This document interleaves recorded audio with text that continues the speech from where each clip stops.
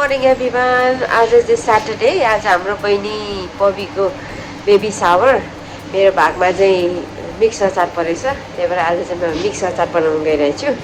अनि हजुरहरुलाई पनि देखाउँछु मेरो स्टाइलको मिक्स अचार. मैले चाहिँ आलु पखालेर यहाँ आलु बोइल गरिरहेको छु. पाक्नु आट्यो.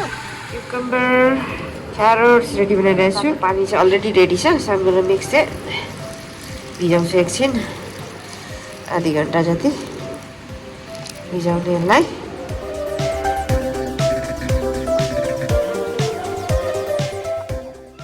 मटर चाहिँ मैले पहिल्यै भिजाएर राखेको. यो चाहिँ म यसलाई यसमै मिक्स गरिदिन्छु. पनि यो भइरहेको छ.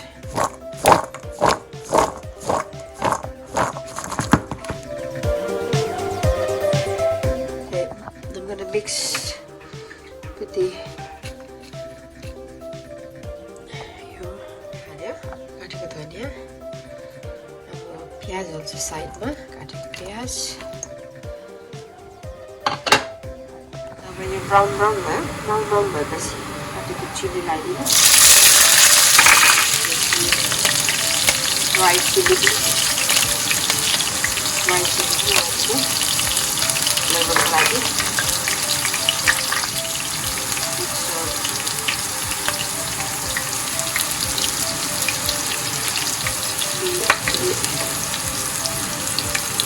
Mixar lagi.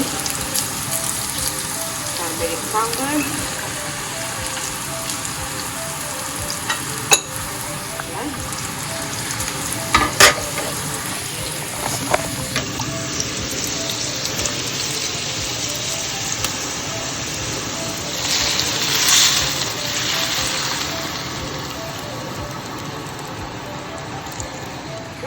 यसलाई मिक्स गर्नुपर्छ एकछिन.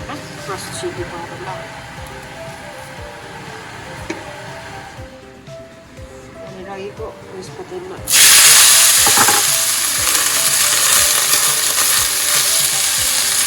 रेड चिली पाउडर लगाउनु. अघि मैले अलरेडी लगाइसकेको छु सल्ट. त्यो पनि धेरै लाउँदिनँ. ठिक्क पोलाउने.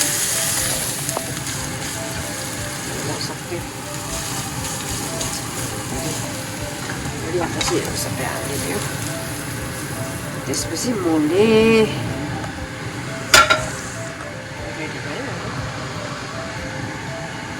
भाँडा सानो भयो. म चाहिँ अर्कोमा हालेर मिक्स गर्छु. यहाँनिर हाल्नु पर्यो बिफको यसमा.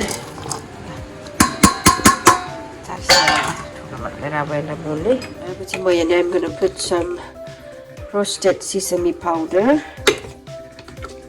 White one. This is the brown one. कालो तिल लाउँछु.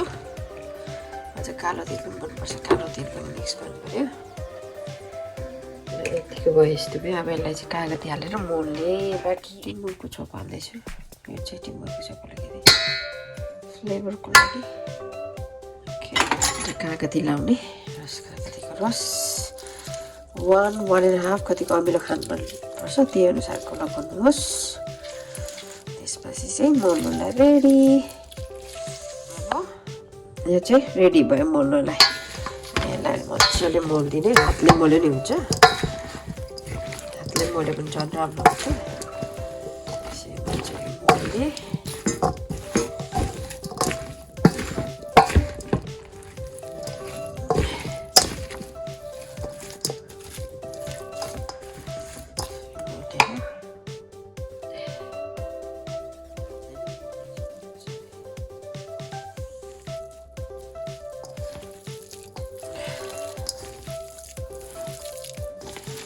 मजाले मिक्स हुन्छ. मिठो हुन्छ. अचार रेडी भयो. निगुरोको मिक्स अचार रेडी टु सर्भ.